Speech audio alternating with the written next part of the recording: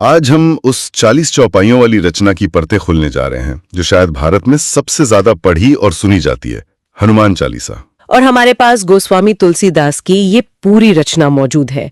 लेकिन आज हम सिर्फ इसका पाठ नहीं करेंगे, बल्कि इसके पीछे छिपे दर्शन को समझने की कोशिश करेंगे। सही कहा।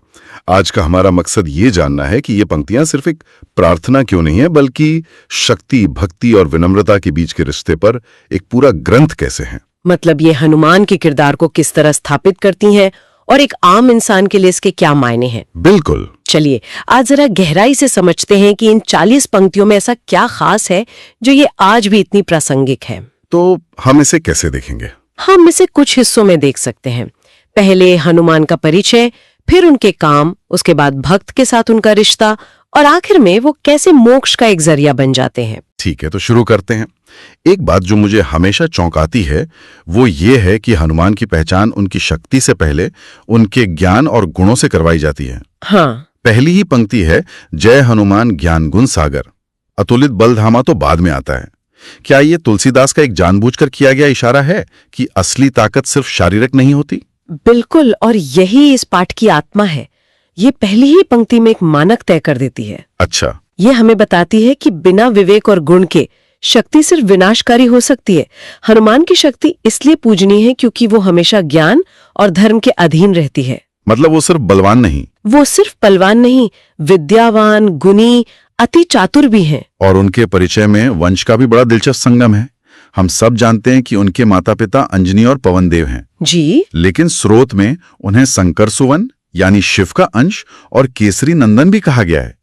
ये जो दिव्य वंशों का संगम है, वानर, वायु और शिव, ये उनके चरित्र की किस जटिलता को दिखाता है। ये दिखाता है कि वो किसी एक परिभाषा में नहीं बंधे हैं।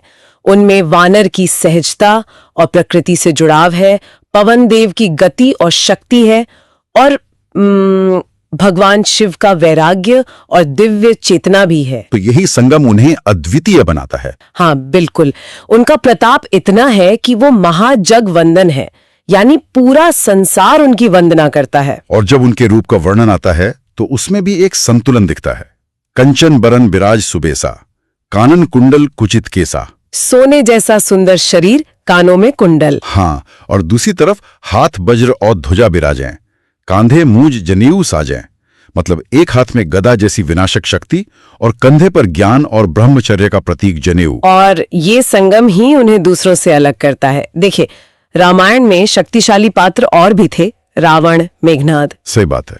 लेकिन ज्ञान और अनुशासन के बिना उनकी शक्ति अहंकार में बदल गई।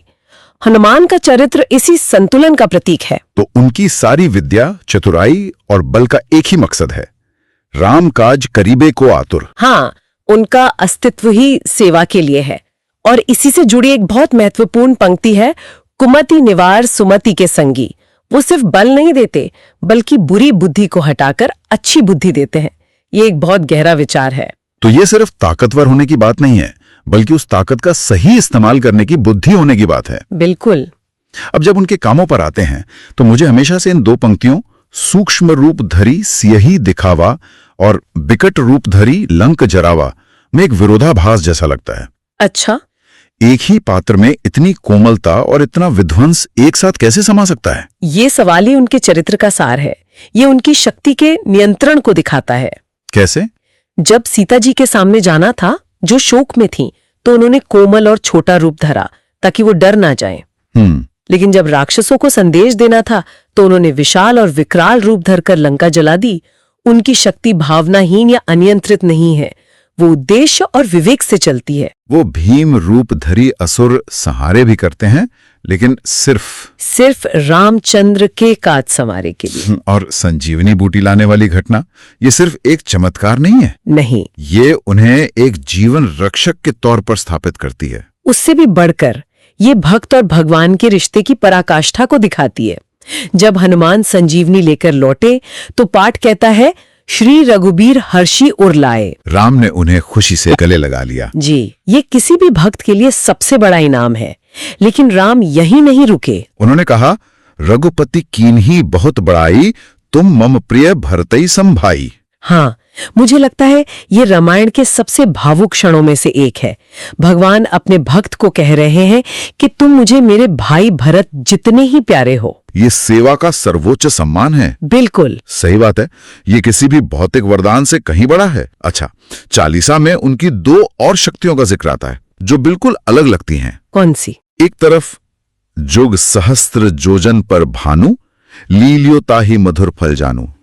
बचपन में सूर्य को फल समझकर निगल लेना, ये उनकी लगभग असीमित दिव्य शक्ति को दिखाता है। हाँ, ये एक बच्चे की सहज प्राकृतिक शक्ति का प्रदर्शन है। लेकिन इसके ठीक बाद जो पंक्ति आती है वो ज्यादा महत्वपूर्ण है। प्रभु मुद्रिका मेली मुख माही, जलधि लांगी गए अचरज नाही। मतलब भगवान राम की अंगूठी मुंह में रखकर समुद्र लांग जाना कोई आश्चर्य की बात नहीं थी। हाँ, तो यहाँ स्रोत ये संकेत दे रहा है कि बचपन की शक्ति तो उनकी अपनी थी, लेकिन वयस्क हनुमान की जो सबसे बड़ी उपलब्धियां हैं वो राम नाम के सहारे पूरी होती हैं। अच्छा, उनकी अपनी शक्ति जब राम की सेवा से जुड़ जाती है तो उसके लिए कुछ भी असंभव नहीं रहता। हमने हनुमान के इस अविश्वसनीय बायोडाटा को तो देख लिया। वो ज्ञानी हैं, शक्तिशाली हैं, राम के प्रिय हैं, लेकिन चालीसा सिर्फ उनकी जीवनी नहीं है, ये एक प्रार्थना है। सही। तो यहां से कहानी का रुख पाठक की ओर कैसे मुड़ता है? अब ये पाठक के लिए क्या मायने रखता है? अब पाठ सीधे सीधे पाठक से संवाद करना शुरू करता है। अब तक हनुमान की महानता का वर्णन था, अब उस महानता से भक्त को क्या मिल सकता है ये बताया जाता है। और इसकी शुरुआत होती है एक बहुत बड़े आश्वासन से। जी, दुर्गम काज जगत के जेते, सुगम अनुग्रह तुम रहते। यानी दुनिया का कोई भी मुश्किल काम हो आपकी कृपा से आसान हो जाता है। ये तो समस्याओं का एक प्रैक्टिकल समाधान लगता है, लेकिन मुझे यहाँ एक सवाल आता है, क्या ये पंक्तियां जैसे भूत पिशाच निकट नहीं आवे या नासे रोग हरे सब पीरा, इन्हें शाब्दिक अर्थ में लेना चाहिए या इनका कोई गहरा मनोवैज्ञानिक मतलब भी है? ये एक बेहतरीन सवाल है। इन्हें दोनों स्तरों पर देखा जा सकता है।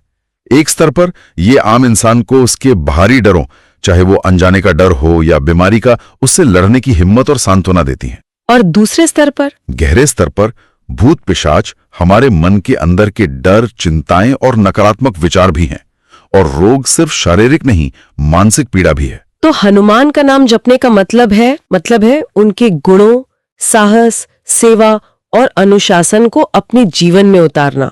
जब कोई ऐसा करता है तो अंदरूनी और बाहरी दोनों तरह के बाधाएं दूर होने लगती हैं। मतलब ये सिर्फ एक बाहरी शक्ति को बुलाना नहीं है, बल्कि अपने अंदर की शक्ति को जगाना है। बिल्कुल। और चालीसा में इसके लिए एक शर्त भी रखी गई है, संकट ते हनुमान छुड़ावें, मन कर्म वचन ध्यान जुलावें। हाँ, ये मन, कर्म और वचन की शर्त इसे सिर्फ एक कर्मकांड से ऊपर उठाकर एक तरह की साधना या माइंडफुलनेस बना देती है। बिल्कुल, ये भक्ति में पूरी तरह डूब जाने का आह्वान है। ये एक तरफा सौदा नहीं है कि आपने कुछ पढ़ा और आपको फल मिल गया। ये एक रिश्ते की तरह है जिसमें आपको पूरी निष्ठा से शामिल होना होता है। और जब कोई भक्त ऐसा करता है तो उसे क्या मिलता है? तो उसे मिलता है अष्ट सिद्धि नौ निधि के दाता, असबर दीन जानकी माता। हाँ, अष्ट सिद्धि नौ निधि की बात आते ही अक्सर लोग इसे भौतिक धन दौलत या चमत्कारी शक्तियों से जोड़ लेते हैं। जी, अक्सर ऐसा होता है। लेकिन क्या इसका कोई गहरा आध्यात्मिक मतलब भी है? क्या ये सिद्धियां सिर्फ चमत्कार करने की शक्ति है या चेतना के अलग अलग स्तर हैं? आध्यात्मिक दृष्टि से देखें तो अष्ट सिद्धि का मतलब है प्रकृति के नियमों पर महारत हासिल करना, जैसे बहुत छोटा या बहुत बड़ा हो जाना। और नौ निधि का मतलब है हर तरह की भौतिक और आध्यात्मिक संपत्ति। लेकिन ये वरदान उन्हें माता जानकी से मिला, जो स्वयं करुणा और कृपा की प्रतीक हैं। इसका मतलब है कि ये सिद्धियां अहंकार के लिए नहीं बल्कि लोक कल्याण के लिए हैं। तो एक तरह से ये आध्यात्मिक परिपूर्णता है। हाँ, ये वो आध्यात्मिक परिपूर्णता है जो एक भक्त को तब मिलती है जब वो पूरी तरह से समर्पित हो जाता है। उसे फिर किसी चीज की कमी महसूस नहीं होती। तो ये सारे वरदान, चाहे वो मुश्किल काम आसान करना हो, रोगों से मुक्ति हो या सिद्धियां हो, क्या यही भक्ति का अंतिम लक्ष्य है? या ये सब रास्ते में मिलने वाले पड़ाव है और मंजिल कुछ और है? आपने बिल्कुल सही नब्ज पकड़ी है। चालीसा बहुत स्पष्ट करती है कि ये सब पड़ाव है, असली मंजिल तो कुछ और है, और वो अगली पंक्तियों में सामने आती है। आप उस पंक्ति की बात कर रही हैं, तुम्हारे भजन राम को पावे, जन्म जन्म के दुख बिसरावे। जी, ये तो पूरे खेल को ही बदल देती है। ये सांसारिक सुखों से बहुत आगे मोक्ष की बात कर रही है। यही इस पाठ का आध्यात्मिक शिखर है। यहाँ हनुमान सिर्फ एक संकट मोचक नहीं, बल्कि ईश्वर तक ले जाने वाले माध्यम है। वो एक पुल की तरह है। और स्रोत कहता है, राम रसायन तुम्हारे पासा, सदा रहो रघुपति के दासा। राम नाम का अमृत, उसका असली सार हनुमान के पास है। क्यों? क्योंकि उन्होंने दास भाव को साध लिया है। उनकी अपनी कोई इच्छा नहीं है। हाँ, वो सिर्फ राम के दास है, और इसी दास भाव ने उन्हें सबसे शक्तिशाली बना दिया है। तो मतलब हनुमान की भक्ति स्वयं में एक लक्ष्य भी है, और एक बड़े लक्ष्य यानी राम तक पहुंचने का साधन भी। वो राम द्वारे तुम रखवारे हैं। उनकी अनुमति के बिना कोई राम तक नहीं पहुंच सकता। वो द्वारपाल हैं। हाँ, वो द्वारपाल है, लेकिन वो ऐसे द्वारपाल नहीं है जो रास्ता रोकते हैं, बल्कि वो ऐसे गुरु हैं जो रास्ता दिखाते हैं। उनकी भक्ति करना उस दरवाजे की चाबी हासिल करने जैसा है। इसी से जुड़ी एक और पंक्ति है जो थोड़ी विवादास्पद लग सकती है। कौन सी? और देवता चित्त न धरई, हनुमत सेई सर्ब सुख करई। क्या इसका मतलब यह है कि किसी और देवता की पूजा नहीं करनी चाहिए? मुझे नहीं लगता कि इसका मतलब दूसरे देवताओं का अनादर है। तुलसीदास की अन्य रचनाओं में कई देवताओं की स्तुति है। तो फिर इसका संदर्भ क्या है? यहाँ इसका संदर्भ हनुमान की भक्ति की पूर्णता को दर्शाना है।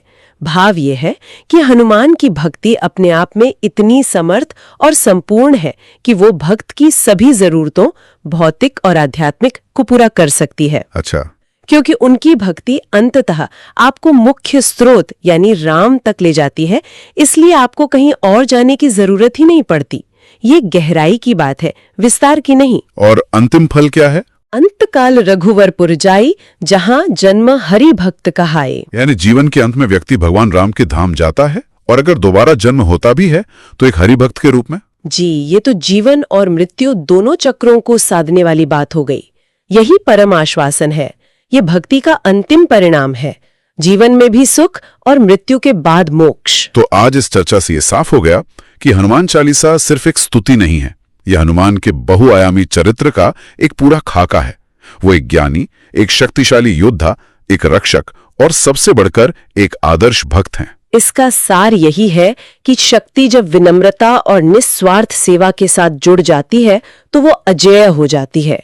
हनुमान का सारा पराक्रम, सारा ज्ञान सिर्फ राम की सेवा के लिए समर्पित था। तो चालीसा में यही सिखाती है? हाँ, कि सच्ची महानता खुद को बड़ा बनाने में नहीं, बल्कि किसी बड़े उद्देश्य के प्रति खुद को समर्पित कर देने में है। और ये भी कि भक्ति के रास्ते पर चलकर व्यक्ति सिर्फ अपनी बाहरी मुश्किलों पर ही जीत हासिल नहीं करता, बल्कि आध्यात्मिक ऊंचाइयों को भी छू सकता है। ये सिर्फ मुश्किलों में याद करने वाली प्रार्थना नहीं है, बल्कि जीवन जीने का एक तरीका सिखाती है, सेवा का, समर्पण का और विवेकपूर्ण शक्ति के इस्तेमाल का। अंत में एक विचार के साथ छोड़ जाते हैं। चालीसा का समापन लेखक तुलसीदास की एक बहुत ही व्यक्तिगत और विनम्र प्रार्थना से होता है। कीजिए नाथ हृदय में डेरा, हे नाथ मेरे हृदय में निवास कीजिए। ये पूरी रचना का निचोड़ है।